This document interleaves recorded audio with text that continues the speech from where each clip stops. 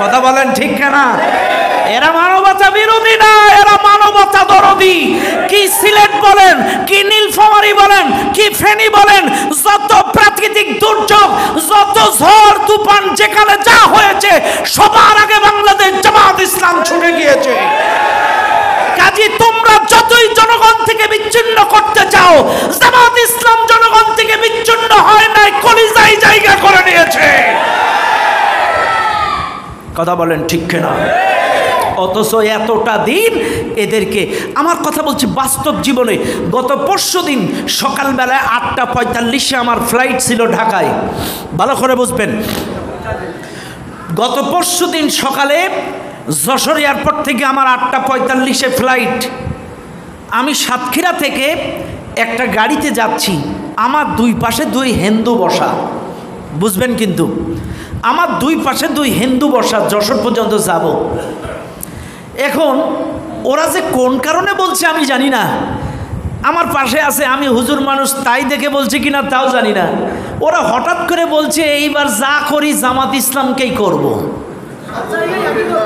তা আমি বললাম কেন, ওরা যে রাজাকার, ওরা যে মানবতা বিরোধী।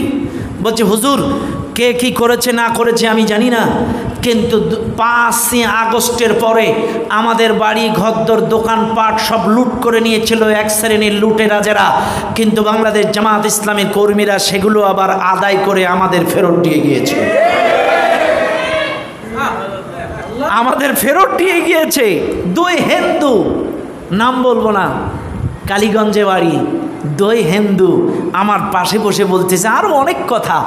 আরে বলছে আমাদেরকে এরকমভাবে সহযোগিতা করেছে, আমাদের অনেকের বাড়ি পোড়ায় দিয়েছে, কিন্তু এই জামাত ইসলামের কর্মীরা তারা কাপড় চোপড় দিয়ে আমাদেরকে ঢেকে দিয়েছে, তারাই আমাদের টিন দিয়ে বাড়ি করে দিয়েছে, তারাই আমাদের চাউল টাউল কালেকশন করে দিয়েছে। এই জন্য বলবো প্রকৃত মানবতা দরদি হলো জামাত ইসলাম। কথা বলেন ঠিক না? কারণ এই দেশে যতগুলা দল আছে, রাগ করবেন না, আমি কোনো দলের বিরোধিতা করি না, ব্যক্তিগত ব্যাপার, স্বাধীনতার ব্যাপার। সব দলে পদ পদবি নিয়ে মারামারি হয়, সব দলে টেন্ডারবাজি চাঁদাবাজি হয়, কিন্তু আজ অবধি এই জামাত ইসলামের মধ্যে কোনো চাঁদাবাজি হয় না, দলের পদ পদবি নিয়ে মারামারি হয় না। আজ অবধি এখনো পর্যন্ত পদ পদবি নিয়ে মারামারি নাই, ভাগাভাগি নাই। কথা বলেন ঠিক না? আস্তে আস্তে আস্তে কথা বলেন ঠিক কিনা বাইরে আমার। এবার আসেন, তাইলে 101 জন কিসের মেহমান? তাইলে এদেরকে জঙ্গি, রাষ্ট্রবিরোধী, বিভিন্ন হামলা মামলা মিথ্যা কলঙ্ক দিয়ে ফিরাই নিয়ে আসার চেষ্টা করেছিল, কিন্তু এখন কি হলো? আজ যাদেরকে জনগণ থেকে বিচ্ছিন্ন করেছিল, পৃথিবীর মানুষের কাছে কলঙ্কিত করেছিল, আজকে দেখেন সমস্ত সাংবাদিক, সমস্ত ভাইরা এখন তাদের কাছে আগে যাচ্ছে। আল্লাহু আকবার, আল্লাহু আকবার। এখন আসেন, 101 জনকে যখন এরা ফেরত নিতে পারল না, 2 জন ফেরত আসলো খালি হাতে, ঘুষের টাকা ফেরত নিয়ে। বলেন তো এখন কি এদের চেহারা হাসি থাকবে না ভার থাকবে? ভার থাকবে না? হ্যাঁ।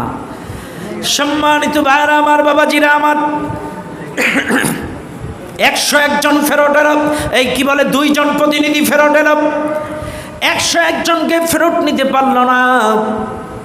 এই কথা এসে যখন মক্কার নেতৃত্ব স্থানীয় কাফেরদেরকে জানালো, কাফেররা এক জায়গায় বসে সিদ্ধান্ত নিল, কাফেররা বলাবলি করলো, আহারে এদের মধ্যে সবাই কিন্তু হিংস্র না, সবাই কিন্তু প্রকৃত জালেম না, কিছু কিছু বিবেকবান কাফের ছিল, এদের বিবেকের কাছে একটু নাড়া দিয়েছে।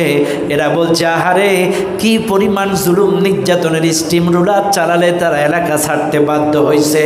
আবার কিছু কাফের এদের জিদ আরো বেড়ে গেল, এদের শয়তানি আরো বেড়ে গেল।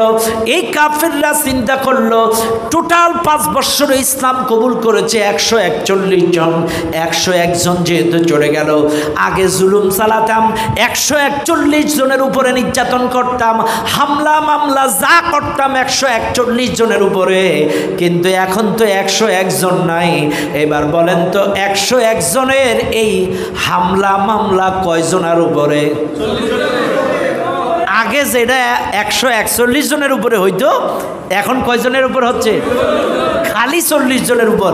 চাইলে এটা কি কম হবে না বেশি হবে? নির্যাতন আরো বেড়ে গেল। আরে মার 46-এ 47-এ সেই মার রাসূলুল্লাহ যখন 46-46তম বছর, সেই নির্যাতন, সেই মার যেখানেই দেখার সেখানেই মার। মারের কিছুটা ধরন আপনাদেরকে একটু বলি, একটা ঘটনা বলি, লম্বা করলে লম্বা হবে, লম্বা করব না। আমি চাইছি 63 সাল পর্যন্ত যাব। কত সাল চলছে? 46 সাল চলতেছে। যাবে, থাকবেন তো আমার সাথে? কয় সাল পর্যন্ত যাব? 63 সাল পর্যন্ত যাব। সিরাত তো আপনারা শুনেন, আজকে আপনাদেরকে একটু ধারাবাহিক নিয়ে যাচ্ছি। ভাইরা আমার লক্ষ্য করেন, তাহলে 41, 42, 43, 44, 45 গেল। এবার কয় নাম্বার? 46 সালের নির্যাতন। কি নির্যাতন!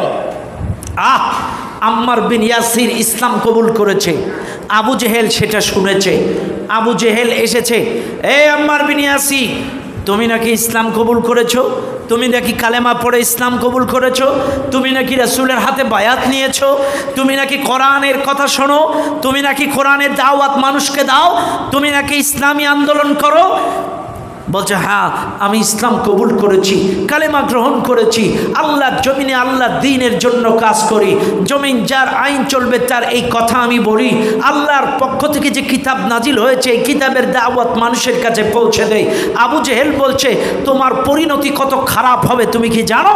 বলছে, যাই হোক না কেন ইসলাম, ইসলামী আন্দোলন, কোরআন ছাড়ব না। আবু জেহেল বলছে, শোনো তোমাকে আমি এখন মার্ডার করতে পারি। বলছে, তাতেও কোনো পরোয়া করি না। এইবার আবু জেহেল আম্মার বিন ইয়াসিরকে তার সৈন্যবাহিনী দিয়ে গ্রেপ্তার করলো। গ্রেপ্তার করার পরে দুটো উট হাজির করলো, দুটো উট হাজির করে দুটো উট দাঁড় করালো। এইবার আবু জেহেল বলছে, আম্মার বিন ইয়াসির তুমি কি জানো তোমার পরিণতি কি হবে? বলছে, কি হবে? এখন তোমার দুই পাও দুই উটের সাথে বাইধে দেব, তুমি যদি ইসলাম ত্যাগ না করো, ইসলাম না ছাড়ো, কোরআন না ছাড়ো, দুই উট দুই দিকে খেদায় দেব, তোমার পায়ের মাঝখান থেকে দুই খণ্ড হয়ে জমিনের মধ্যে পড়ে যাবে, তুমি মারা যাবা। এখনো সময় আছে, বলো ইসলাম ছাড়বা কিনা, কোরআন ছাড়বা কিনা, আল্লাহর পথ ছাড়বা কিনা? এখনো সময় আছে, বলো ইসলাম ছাড়বে কিনা, কালেমা ছাড়বে কিনা, বলো। তখন বলছে, না জীবন দেব, শহীদ হব। তুমি আমার দুই পা উটের সঙ্গে বেঁধে দিয়েছো তো কি হয়েছে? আমাকে ভয় দেখিয়ে লাভ নাই। আবু জেহেল শোনো, তুমি আমাকে মারবা বলে দুই পাও যখন দুই উটের সাথে বেঁধেছো, অলরেডি আমার নাকে জান্নাতের সুঘ্রাণ চলে এসেছে।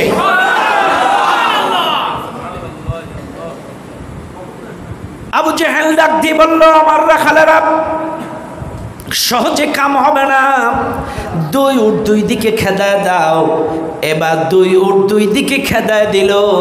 আম্মার বিন ইয়াসিরের গোটা দেহ মাঝখান থেকে ফেড়ে দুই খণ্ড হয়ে জমিনের মধ্যে পড়ে গেল।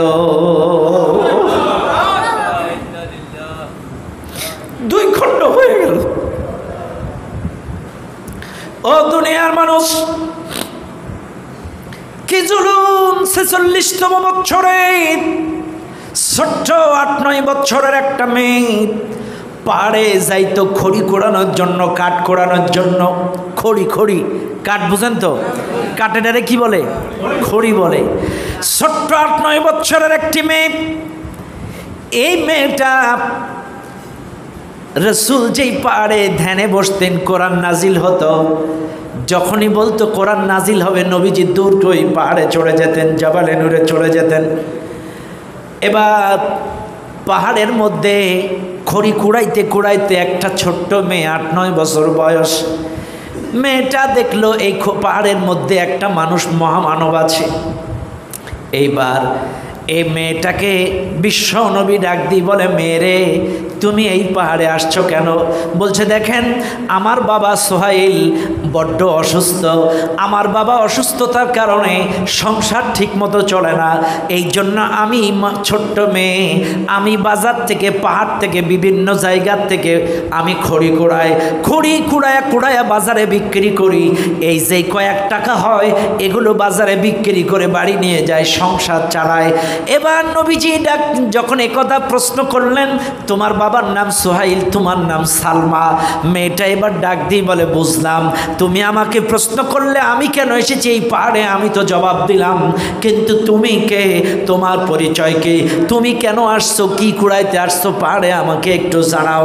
এইবার নবীজি ডাক দিয়ে বলে, মেয়েরে শুনে নাও, তুমি খড়ি কুড়াইতে এসেছো, আমার নাম মোহাম্মদ, আমার পিতার নাম আব্দুল্লাহ, আমি এই পাহাড়ে এসেছি আল্লাহর পক্ষ থেকে, আল্লাহর কিতাব নাজিল হয়, আল্লাহর কোরআন নাজিল হয়, এই কোরআন নেওয়ার জন্য আমি এই পাহাড়ের মধ্যে আসি, আল্লাহর পক্ষ থেকে কোরআনটা গ্রহণ করার জন্য আসি। সালমা ডাক দিয়ে বলে, নবীজি আপনার কাছে কি নাজিল হয় আমাকে একটু শোনান। নবীজি মধুর কণ্ঠে ছোট্ট 8-9 বছরের মেয়েকে শোনায় দিলেন, আউযু বিল্লাহি মিনাশ শাইতানির রাজিম, বিসমিল্লাহির রহমানির রহিম, ওয়া নুনাজ্জিলু মিনাল কুরআন মা হুয়া শিফাউন ওয়া রাহমাতুল লিল মুমিনিন। সুবহানাল্লাহ। আর জোরে বলেন সুবহানাল্লাহ।